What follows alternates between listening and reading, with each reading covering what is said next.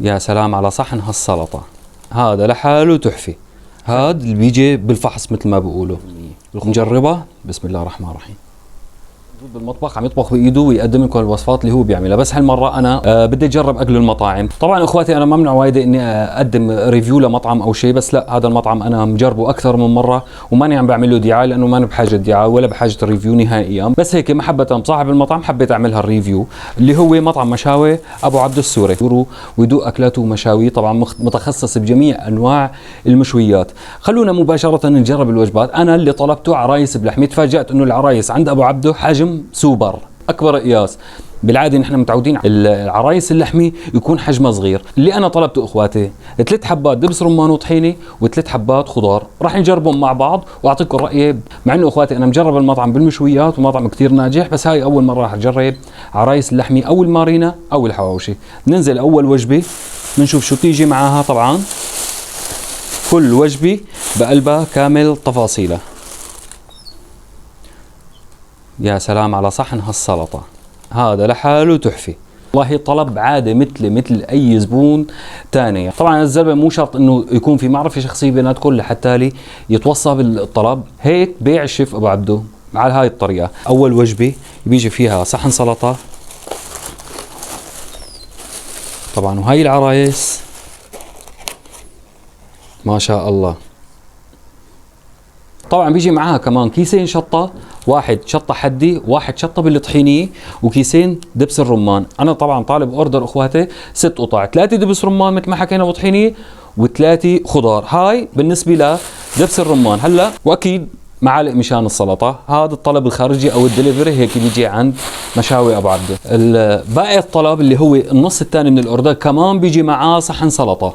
برجع باكد عليكم، انا ما قلت له لابو عبده اني بدي اصور، لانه الشيف اللي طبق الطلب ما بيعرفني معرفه شخصيه، زبون عادي.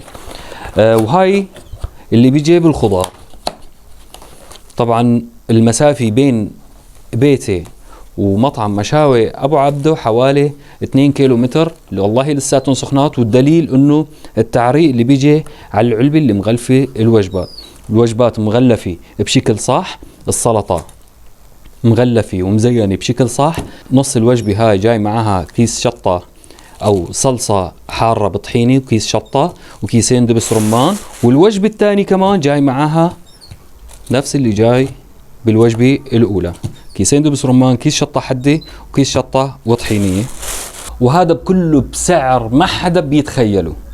السعر ما سر، المطعم موجود، الاسعار والمنيو موجود. انا راح احط لكم رقم التليفون بالفيديو، واللي حابب يطلب عن طريق طلبات موجود رقم التليفون عندكم تحت بالفيديو راح تلاقوه. والمطعم هو نفسه اصلا عنده خدمه توصيل. راح نجرب مع بعض العرايس اللحمي او المارينا او الحواوشي تبع بعده، واعطيكم رايي بكل صراحه. بسم الله الرحمن الرحيم. اول شيء اللون خرافي، كميه اللحمه بقلب قطعه الخبز كمان جيده جدا.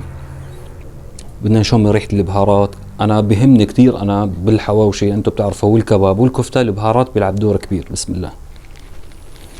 ريحه بهارات، يعني مو هالبهارات القويه اللي تخبي طعمه اللحمه، لا، بس بدنا ندوق. بسم الله الرحمن الرحيم.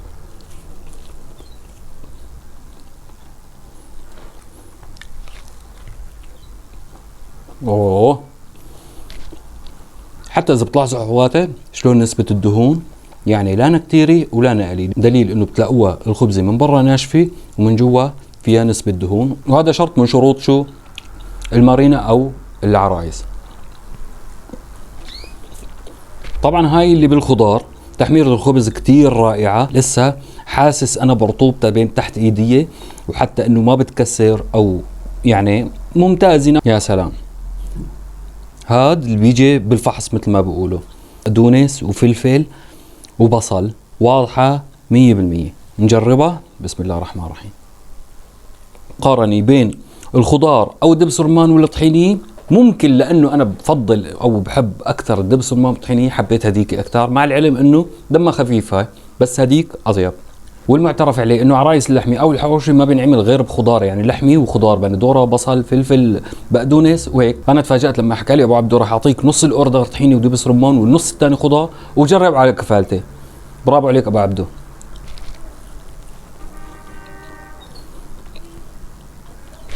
طبعا سلطه هلا بفتحها كمان شويه الثاني، بدي بلش غدا انا والاولاد. سلطه يعني مبينه مكوناتها، في عندنا الخس، في عندنا البندوره، طبعا على الوجه مزينه بالليمون والبندوره والفلفل المخلل مع المخلل اللفت والفلفل الرومي، واكيد البهارات تبعها الاساسيه هي التحميض بالسماء البلدي.